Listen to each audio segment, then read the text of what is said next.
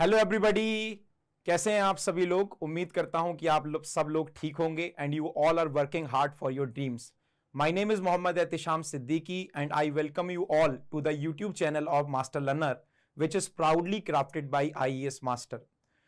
तो जैसा कि आपको पता है कि कल हमारा एसएससी जेई 2024 के प्रीलिम्स का रिजल्ट आ चुका है और बहुत सारे बच्चों ने प्रीलिम्स में सफलता हासिल की है। तो मास्टर लर्नर की टीम की तरफ से उन सारे के सारे क्वालिफाइड स्टूडेंट्स और कैंडिडेट्स को बहुत बहुत मुबारकबाद।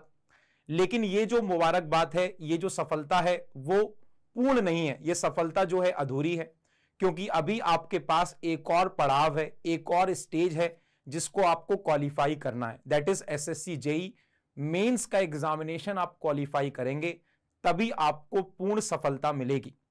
तो आज की इस वीडियो में हमारा जो मकसद है वो ये है कि अब आपका क्या फ्यूचर कोर्स ऑफ एक्शन होना चाहिए, मतलब एसएससी मेंस को क्रैक करने के लिए आपकी क्या स्ट्रेटेजी होनी चाहिए, क्या आपका कोर्स ऑफ एक्शन होना चाहिए और what you need to do in order to qualify the SSC mains in this attempt only. हम इस वीडियो में यह भी डिस्कस करेंगे कि जिन भी बच्चों का किसी भी कारणवश जो है इस प्रीलिम्स में सिलेक्शन नहीं हुआ, उन सारे बच्चों को परेशान नहीं होना, उन सारे बच्चों को आगे अब क्या करना है, उनका कोर्स ऑफ एक्शन क्या होना चाहिए। सो इन शॉर्ट हम लोग दोनों स्टूडेंट्स, बोथ क्वालिफाइड स्टूडेंट्स और नॉन क्वालिफाइड स्टूडेंट्स, दोनों का कोर्स ऑफ एक्शन डिस्कस करेंगे कि वो आगे क्या करेंगे, ठीक है, या उन्हें क्या करना चाहिए so that they can reach the success in your life, they can achieve the success in their life. तो उन्हें क्या करना चाहिए वो हम यहां पर डिस्कस करेंगे। So first of all let's start the video in detail and the very first thing which will discuss कि हमारा जो सिविल इंजीनियरिंग है, जो प्रीलिम्स है, उसका कट ऑफ कितना गया है। सो एज सिविल इंजीनियरिंग की अगर हम बात करें तो सिविल इंजीनियरिंग की अगर हम कट ऑफ की बात करें तो आप देख सकते हैं category wise cut off SSC ने अपनी वेबसाइट पर रिलीज कर दी है। अगर आप लोगों ने नहीं देखी तो आप यहां से या वेबसाइट पर जाकर देख सकते हैं। टोटल अराउंड सिविल इंजीनियरिंग में सारी कैटेगरी से 11,765 स्टूडेंट्स को क्वालिफाई किया गया। और जैसा कि आप जानते हैं इनिशियली वैकेंसी थोड़ी कम आई थी, लेकिन बाद में वैकेंसी एमईएस में और बढ़ा दी गई। तो टोटल वैकेंसी अभी आपकी हो गई है, अगर मैं आपको पूरा का पूरा ऑफिशियल अगर मैं यहां पर वैकेंसी का चार्ट दिखाऊं, tentative revised vacancy civil, mechanical और इलेक्ट्रिकल की दे रखी है यहां पर। लेकिन हम आपको बताएं तो सिविल की जो टोटल वैकेंसी अब हो गई है, सिविल इंजीनियरिंग की जो टोटल वैकेंसी अब हो गई है वो 1264 हो गई है, 1264 1264 वैकेंसी हो गई है। ये जो एमईएस डिपार्टमेंट है इसमें जो है हमारी वैकेंसीज इंक्रीज हुई हैं, तो जिसके कारण वैकेंसी इंक्रीज हुई है। तो आप देखिए लगभग आप मेंस का जब एग्जामिनेशन दोगे तो लगभग एक सीट, लगभग 10 बच्चों पर एक सीट का जो है कंपटीशन है। और मे बी और भी ऐसा भी हो सकता है कि फ्यूचर में और भी वैकेंसी बढ़े, ऐसा देखा गया है। तो ये आपके पास एक बहुत ही बेहतरीन चांस है, जितने भी बच्चों ने प्रीलिम्स क्रैक किया है उनके पास एक सुनहरा मौका है, क्योंकि लोहा पूरी तरीके से गर्म है। तो अगर आप उस लोहे को और थोड़ा सा गर्म करके और उस पर हथौड़ा मारते हैं तो आप एक सही शेप में उसे ला सकते हैं। तो ये बहुत अच्छा मौका है, क्योंकि वैकेंसी खूब सारी है और आप क्या कहते हैं अच्छे से तैयारी करते हैं तो आप मेंस को इसी अटेम्प्ट में क्रैक कर सकते हैं। तो हम लोग मेंस के बारे में सबसे पहले स्टडी करेंगे।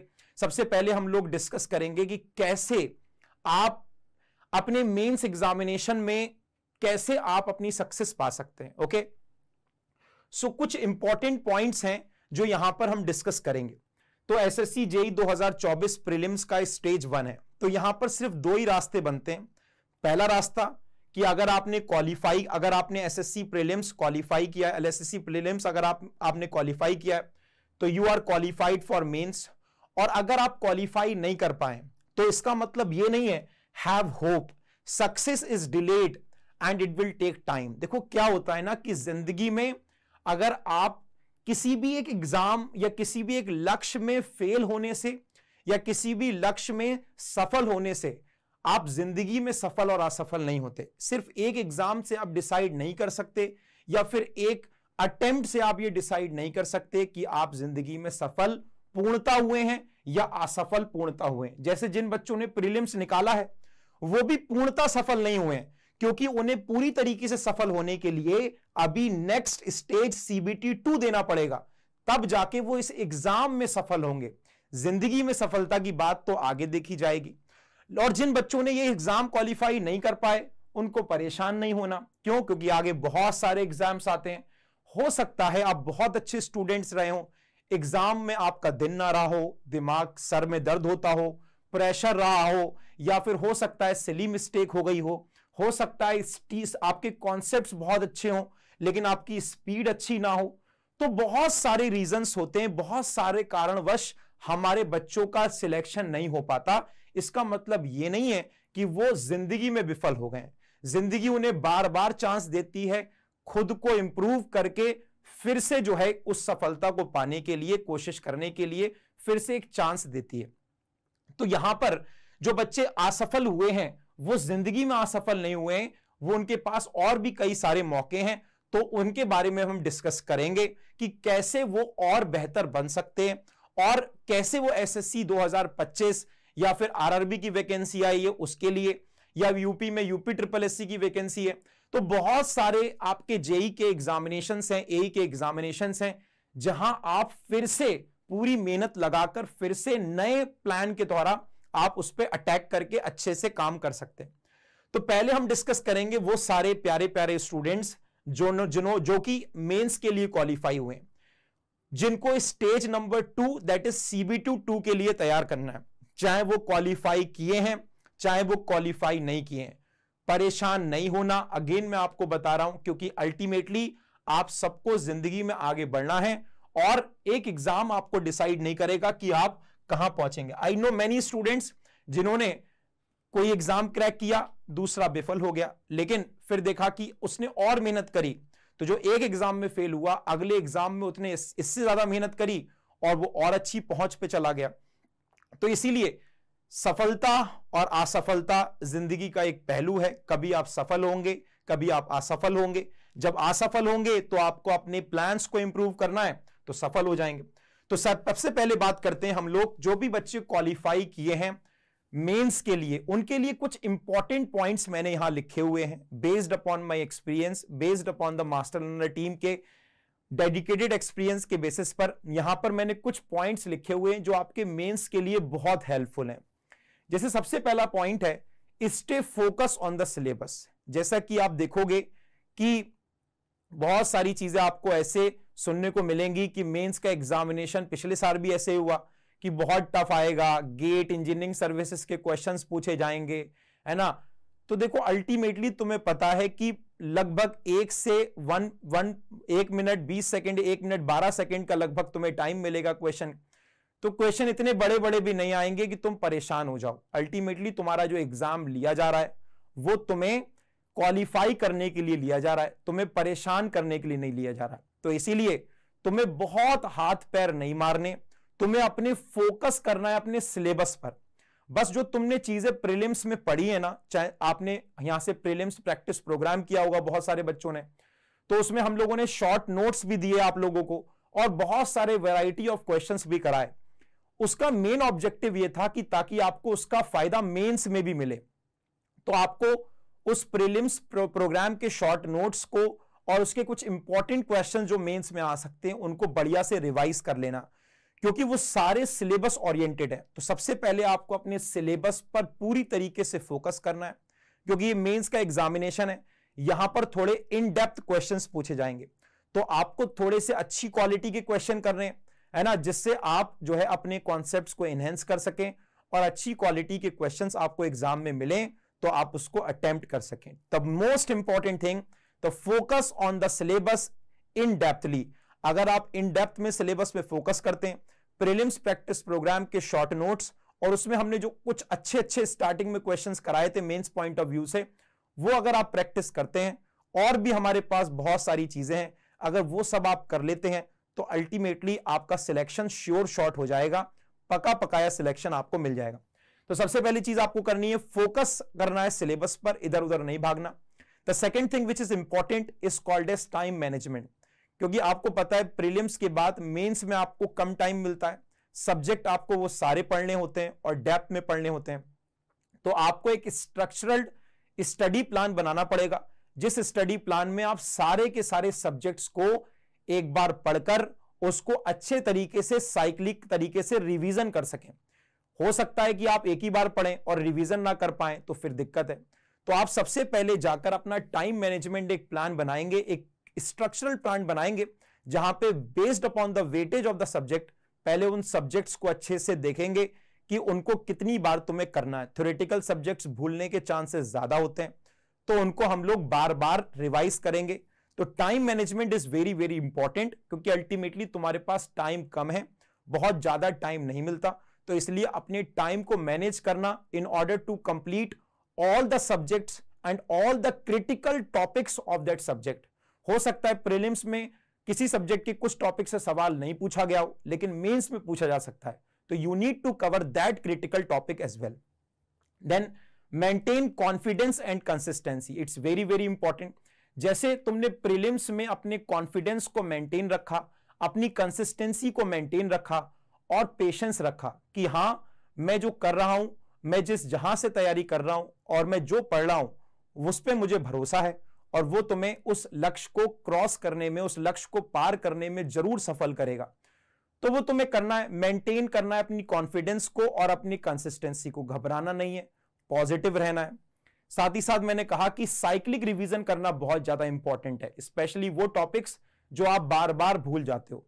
साइक्लिक रिवीजन्स ये बात इंश्योर करेंगे, साइक्लिक रिवीजन्स क्या करेंगे, साइक्लिक रिवीजन्स इस बात को इंश्योर करेंगे कि आप जो कॉन्सेप्ट्स हैं उनको अच्छे से रिटेन कर पा रहे हो, नहीं कर पा रहे हो, क्योंकि कॉन्सेप्ट्स का रिटेन करना बहुत ज्यादा इंपॉर्टेंट है। और lastly that is practice mock test, क्योंकि जब आप एग्जाम ओरिएंटेड प्रैक्टिस करेंगे अपने मॉक टेस्ट से, तो उससे फायदा ये होगा कि आपको एक तो एग्जाम की एक्चुअल फील देखने को मिलेगी, फिर आप जो मिस्टेक्स करेंगे उन मिस्टेक्स को इंप्रूव करेंगे। स्पीड कम है तो स्पीड को इंप्रूव करेंगे, अगर आपको कॉन्सेप्ट्स में दिक्कत है तो अपने कॉन्सेप्ट्स को सही करेंगे। तो मॉक टेस्ट से तुम अपनी स्पीड, अपनी एक्यूरेसी, सारी चीजें क्या कर सकते हो, मैनेज कर सकते हो, सारी चीजें सही कर सकते हो। तो इसलिए ये सारे अगर कोर्स ऑफ एक्शंस आप करेंगे इस सीक्वेंस में, तो definitely you will sure short crack any examination. और अभी हम मेंस की बात कर रहे हैं, तो मेंस में भी आप सफल हो जाएंगे। Syllabus is very important, time management is very very important, and practice as many as mock is very very important. तो अगर आप ये चाहते हैं कि आपका सिलेबस ओरिएंटेड, आपका जो तैयारी हो वो आपका सिलेबस ओरिएंटेड हो, आपका टाइमली सारा कुछ हो जाए, आपको जो है कॉन्फिडेंस भी मिले वो सब पढ़ने के बाद, और आप कंसिस्टेंट भी रहो, और साथ ही साथ क्या हो, आपको सफिशिएंट मॉक टेस्ट मिल जाए, तो मास्टर लर्नर की टीम ने आपके लिए एसएससी जेईई 2024 के लिए एक मेंस का प्रैक्टिस प्रोग्राम लॉन्च किया है। जैसे हमने प्रीलिम्स का किया था, वैसी मेंस का प्रैक्टिस प्रोग्राम लॉन्च किया है, which is available in 2 forms. आप इसको सिर्फ कोर्स ले सकते हैं, जहां पर आपको सारे सब्जेक्ट्स का शॉर्ट नोट्स, सारे सब्जेक्ट्स का थ्योरी और क्वेश्चंस मिलेगा, और साथ ही साथ आप इसको टेस्ट सीरीज के साथ भी ले सकते हैं, आप सेपरेटली भी ले सकते हैं, and you can also take it with the test series. It's a very important and very crucial course for mains examination, क्योंकि इसको बनाया ही गया है आप लोगों के लिए, मेंस ओरिएंटेड बनाया गया। If you want to purchase this course, you can either reach to the Master Learner platform, और हमारा जो अभी स्लाइड्स में आपको जो हमारी टीम का कॉन्टेक्ट नंबर होगा, आप वहां पे भी संपर्क कर सकते हैं, and you can enroll in this course, because in this course we have design everything as per the latest pattern of SSC JEE 2024 mains examination. So ये तो बात रही हमारे एसएससी जेईई 2024 के उन सारे क्वालिफाइड स्टूडेंट्स के लिए जिन्होंने मेंस के लिए क्वालिफाई किया है। क्या क्या अप्रोच रहेगी वो मैंने आपको एक शॉर्टकट में बताई। बाकी अगर आपको और कोई इश्यूज हैं तो हमारी टीम से आप कंसल्ट कर सकते हैं। अब हम बात करेंगे, नाउ विल डिस्कस अबाउट, हमने ये सारी बातें कर ली, नाउ विल डिस्कस अबाउट वो सारे स्टूडेंट्स जिन्होंने एसएससी प्रीलिम्स या फिर मेंस के लिए क्वालिफाई नहीं कर पाए हैं। ठीक है, तो जो भी बच्चे जो है हमारे एसएससी जेईई प्रीलिम्स में एक तरीके से बोलें कुछ समय के लिए असफल हो गए हैं, कुछ ही एक एग्जाम में या कुछ समय के लिए असफल हुए हैं, तो मैं ये कहता हूं उन सारे बच्चों से कि असफलता एक चुनौती है, उसे स्वीकार करो। असफलता एक चुनौती है, उसे स्वीकार करो। क्या कमी रह गई है देखो और सुधार करो। जब तक ना सफल हो नींद चैन को त्यागो तुम, संघर्ष का मैदान छोड़कर मत भागो तुम। तो कहते हैं ना कि असफल अगर हम होते हैं तो कुछ ना कुछ कमी जरूर रह जाती है हमारी प्रिपरेशन के दौरान, जिसके कारण हम असफल हुए। बहुत सारी कमियां बच्चे करते हैं और बहुत सारी अच्छाइयां होने के साथ साथ अगर एक भी कमी है तो वो उस एग्जाम में उन्हें डिस्क्वालीफाई करा देती है। तो बेसिकली अगर वो उस एग्जाम में डिस्क्वालीफाई हुए, इसका मतलब ये नहीं है कि वो जिंदगी में डिस्क्वालीफाई हो गए, जिंदगी में हार गए। उनके पास और भी कई सारे ऑप्शंस हैं, उन सारे ऑप्शंस पर वो जा सकते हैं, लेकिन उन सारे ऑप्शंस में वो तभी सक्सेसफुल होंगे जब मेरी लाइफ के और पूरी मास्टर लर्नर टीम के जो एक्सपीरियंसेस हैं वो मैं कुछ क्रिटिकल पॉइंट्स यहां शेयर करना चाहता हूं, इंपॉर्टेंट पॉइंट्स जिन्होंने क्वालिफाई नहीं कर पाए। सबसे इंपॉर्टेंट यह है कि analyse the performance of CVT 1 and identify your weaknesses. सबसे इंपॉर्टेंट है, क्योंकि जैसे मैं अगर किसी रास्ते से जा रहा हूं और उस रास्ते पर अगर मेरे साथ कोई इशू हो गया तो मैं ये डिसाइड करूंगा पहले कि जब अगली बार जब मैं उस रास्ते पे चलूंगा तो उससे पहले मैं ये पता करूंगा कि उस रास्ते में क्या दिक्कत है कि मुझे परेशानी हुई। तो वैसे ही जब तुम किसी भी स्टेट AEJE के एग्जामिनेशन की तैयारी करोगे और अगर तुम असफल हो गए तो तुम्हें सबसे पहले ये एनालाइज करना है कि तुम्हारे CBT 1 की परफॉर्मेंस कैसी थी। फिर तुम्हें आइडेंटिफाई करना है कि उस परफॉर्मेंस जो तुम्हारी परफॉर्मेंस थी उसमें तुम्हारी वीकनेसेस क्या थी। क्या तुम्हारी कंसेप्चुअल क्लैरिटी अच्छी नहीं थी? क्या तुम्हारे कॉन्सेप्ट्स अच्छे नहीं थे? कि तुम क्वेश्चंस तो तुम्हें आते थे लेकिन तुम लोग क्वेश्चंस को सुना था, लेकिन तुमने ये सुना था क्विकसैंड कंडीशन क्या होती है, ये सुना था जियोडेटिक सर्वे क्या होता है, सब कुछ सुना था लेकिन फिर भी क्वेश्चंस को गलत कराए। सब कुछ पढ़ा था लेकिन क्वेश्चन को गलत कराए। तो तुम्हें सबसे पहले यह भी डिसाइड करना है क्या ऐसा तो नहीं है कि मेरी कंसेप्चुअल क्लैरिटी अच्छी नहीं है, मैंने पढ़ा सब लेकिन मेरे कॉन्सेप्ट्स क्लियर नहीं हुए तो मैं क्वेश्चंस गलत कराया, नाम सुना था लेकिन गलत कराया। ऐसा हो सकता है। या फिर ऐसा भी हो सकता है कि तुम्हारा कंसेप्चुअल क्लैरिटी बड़ा शानदार हो लेकिन तुम एग्जाम में केवल सवाल ही 50-60 करके आए हो, मतलब सारा समय तुमने रीजनिंग और उसमें लगा दिया, या फिर किसी क्वेश्चन में तुम अटक गए। तो ऐसा तो नहीं है कि जब तुम क्वेश्चन को सॉल्व कर रहे हो तो तुम्हारी स्पीड तो स्लो नहीं है। ऐसा भी तो हो सकता है कि तुम्हें सारे क्वेश्चन आते हो, जैसे बच्चे कहते हैं अरे सर मुझे तो सारे क्वेश्चन आते थे, मैंने घर पे आकर बनाए तो सारे सवाल हो गए, लेकिन क्या हुआ, स्पीड मेरी कम थी सर इसलिए मैं नहीं कर पाया। बेटा भाई जो टाइम फ्रेम दे रखा है वो तो सारे स्टूडेंट के लिए सेम है ना, तो इसलिए आपको अपनी स्पीड अगर आपकी लो है तो you need to improvise your speed as well. तीसरी चीज क्या हो सकती है कि कुछ बच्चे कहते हैं सर मेरी स्पीड भी बहुत अच्छी है, मैं जो है 2 घंटे से पहले एग्जाम को कराया, क्वेश्चन भी मैंने बहुत सॉल्व करे, मेरी कंसेप्चुअल क्लैरिटी भी बहुत अच्छी है, लेकिन पंगा क्या है मेरे साथ कि मेरी एक्यूरेसी अच्छी नहीं है।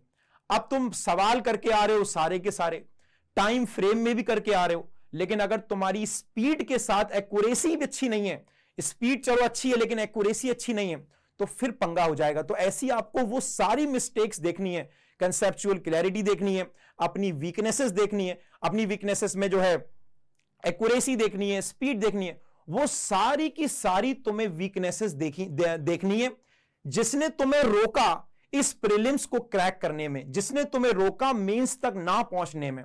अगर तुम उन वीकनेसेस को पहचान लोगे और now then start preparing for the future examination, और उन सारे के सारे वीकनेसेस को क्या कहते हैं इंप्रोवाइज करके focus on the strengthening of your weakness. अगर तुमने अपने वीकनेसेस पर स्ट्रेंथनिंग करी, कॉन्सेप्ट क्लियरिटी नहीं है तो ऐसी जगह से पढ़ेंगे जहां पर कॉन्सेप्ट अच्छे हो जाते हैं। अगर स्पीड नहीं है तो बहुत सारे क्वेश्चन की प्रैक्टिस करेंगे, अगर एक्यूरेसी नहीं है तो बहुत सारे क्वेश्चन की प्रैक्टिस करेंगे विद द टाइम फ्रेम। तो अपने उन सारी वीकनेसेस को क्या करेंगे, स्ट्रेंथन करेंगे और फ्यूचर एग्जाम्स के लिए तैयारी करेंगे। जो हुआ सो हुआ, अरे भाई, अगर मैं जिंदगी में किसी एक मुकाम तक नहीं पहुंच पाया तो कोई बात नहीं, मुझे जिंदगी में अगर कोई चीज नहीं मिली तो कोई बात नहीं, ये एग्जाम नहीं मिला तो क्या हुआ, फ्यूचर के एग्जाम्स भी नहीं मिलेंगे क्या? बिल्कुल मिलेंगे। मेरे अंदर ये डेडिकेशन होना चाहिए कि अगर फ्यूचर पास्ट में जो गया गया, लेकिन फ्यूचर में मेरे जो एग्जाम्स आएंगे वो मैं छोड़ूंगा नहीं। तो you should start focusing on the future exam. जो हुआ सो हुआ, अब फ्यूचर एग्जाम्स पे डिस्कस करेंगे। फ्यूचर में आरआरबी की वैकेंसी आ रखी है, एसएससी जेई 2025 के बारे में तैयारी करेंगे, जिसका दोनों का सिलेबस लगभग सेमलर है, सिर्फ नॉन टेक में थोड़ा डिफरेंस है, थोड़ा थोड़ा टेक्निकल में हल्का डिफरेंस है, लेकिन 90% syllabus is common for the technical. तो आरआरबी की तैयारी कर सकते हैं, एसएससी जेई 25 की हर साल वैकेंसी आती है उसकी तैयारी करेंगे, या फिर यूपी ट्रिपल एससी की तैयारी करेंगे, या राजस्थान में जेई की एग्जामिनेशन की तैयारी, एग्जाम सिलेक्ट वैकेंसी आई है उसकी तैयारी करेंगे। ऐसे न्यूमरस स्टेट जेई एग्जामिनेशंस की वैकेंसी रेगुलरली आ रही हैं, तो उनकी आप तैयारी करोगे, लेकिन वो तैयारी तुम तभी कर पाओगे या उसमें तभी सफल हो पाओगे जब तुम अपनी वीकनेसेस को आइडेंटिफाई करके उसकी स्ट्रेंथनिंग करोगे। एक प्रॉपर गाइडेंस, प्रॉपर पीवाईक्यू की प्रैक्टिस, ये सब करोगे तब जाके एक नए सिरे से तैयारी कर पाओगे। अपने गिलास को खाली करके फिर अच्छी चीज भरना इज वेरी वेरी इंपॉर्टेंट। और इस पूरी की पूरी, ये सब तो करोगे, ये तो सब लोग बताएंगे, लेकिन सबसे इंपॉर्टेंट ये है कि इस पूरी तैयारी में you need to be positive and persistent. If you are positive, if you are persistent and if you are accepting, हाँ मेरे अंदर ये कमी है, हाँ मुझे इसे सुधारना है, तो there is no one who can stop you to get succeed. कोई नहीं है जो तुम्हें सफलता से, सफल होने से रोक सके। तुम्हें ये खुद डिसाइड करना है, क्योंकि एग्जाम्स जो होते हैं वो हमारी जिंदगी को अच्छा करने के लिए होते हैं, हमारी फैमिली की जिंदगी को अच्छा करने के लिए होते हैं। तो मेहनत भी हमें करनी है, जिम्मेदारी भी हमें लेनी है। तो it's your responsibility to crack this examination, it's your responsibility to analyse and to start strengthening yourself. तो आई होप जो भी नॉन क्वालिफाइड स्टूडेंट्स हैं उनको समझ में आया होगा कि सफलता एक चुनौती है, इसे स्वीकार करो और क्या कमी रही गई है देखो और सुधार करो। ये तुम्हें सुधार करना है, then and then only you can qualify the examination.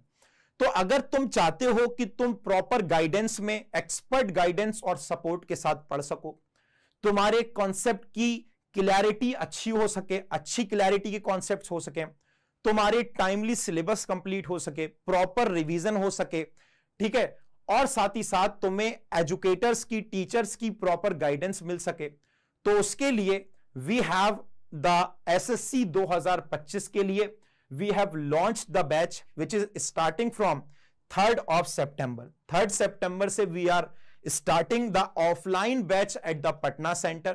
तो जो भी बच्चे ऑफलाइन पढ़ना चाहते हैं वो जो है पटना सेंटर पढ़ सकते हैं। पटना सेंटर पे आसपास के एरिया से स्टूडेंट्स, जैसे इलाहाबाद हो गया, बिहार के सारे स्टूडेंट्स हो गए, झारखंड के स्टूडेंट्स हो गए, जो भी बच्चे आ सकते हैं पटना सेंटर में, क्योंकि वहां पर आपको एक गाइडेंस मिलती है। क्योंकि होता यह है कि जो जेई और ए के बच्चे तैयारी करते हैं वो बच्चे थोड़े से केयरलेस होते हैं, बुरा मत मानना, लेकिन वो बहुत ज्यादा डिसिप्लिन्ड नहीं होते हैं स्टार्टिंग में, क्योंकि उम्र कम होती है। तो उन बच्चों को अगर प्रॉपर तरीके से टीचर सामने बैठकर प्रॉपर गाइडेंस में जब पढ़ाता है तो वो बहुत अच्छे तरीके से आगे की तरफ बढ़ते हैं। इसीलिए we have launch the offline centre at the we have launch the offline classes at the Patna centre. तो यहां पर आप एनरोल कर सकते हैं। अगर आप किसी कारणवश बहुत दूर रहते हैं, कोई मुंबई रहता है, कोई कहीं रहता है, तो अगर आप नहीं आ पा रहे हैं, so we have a facility for the live online course as well, you can access from anywhere. ठीक है, अगर आप पहुंच सकते हैं तो आप ऑफलाइन पहुंचिए, नहीं पहुंच सकते हैं तो नहीं पहुंचिए।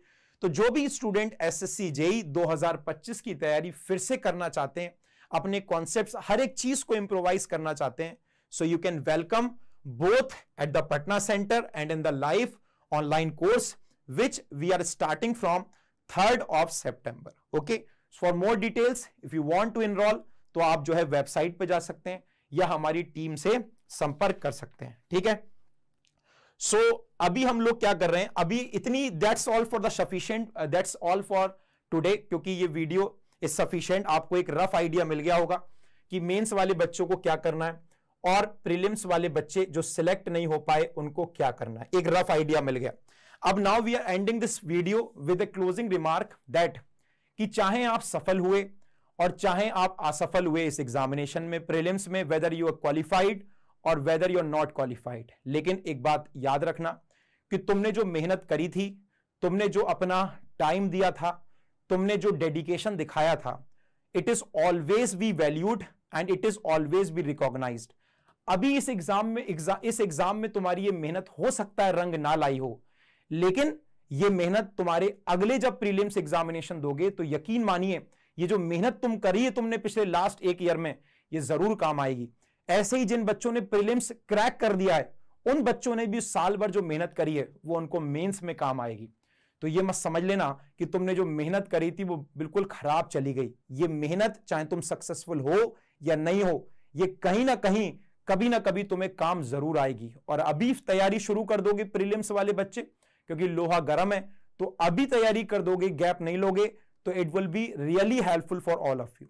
ठीक है, सो आई होप आपको इस वीडियो से कुछ सीखने को मिला होगा।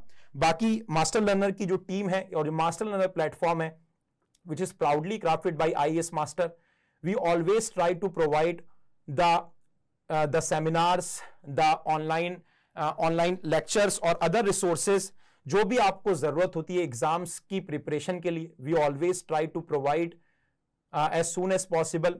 बाकी आपको अपनी तैयारी की दौरान किसी भी चीज की जरूरत पड़ती है, चाहे वो स्टडी मटेरियल की जरूरत हो, चाहे आपको लेक्चर्स की जरूरत हो, चाहे ऑनलाइन बैच की जरूरत हो, ऑफलाइन बैच की जरूरत हो, टेस्ट सीरीज की जरूरत हो, किसी भी चीज की जरूरत हो, we are always ready to provide you all the quality content to all the engineers of this country. तो आई होप आप लोगों को ये वीडियो जो है थोड़ा क्लियरिटी मिला होगा कि क्या आपको कोर्स ऑफ एक्शन रखना है। बाकी on further videos will try to discuss more important things। तब तक के लिए everybody take care of yourself and keep preparing for your exams। Thank you so much। Bye bye, take care।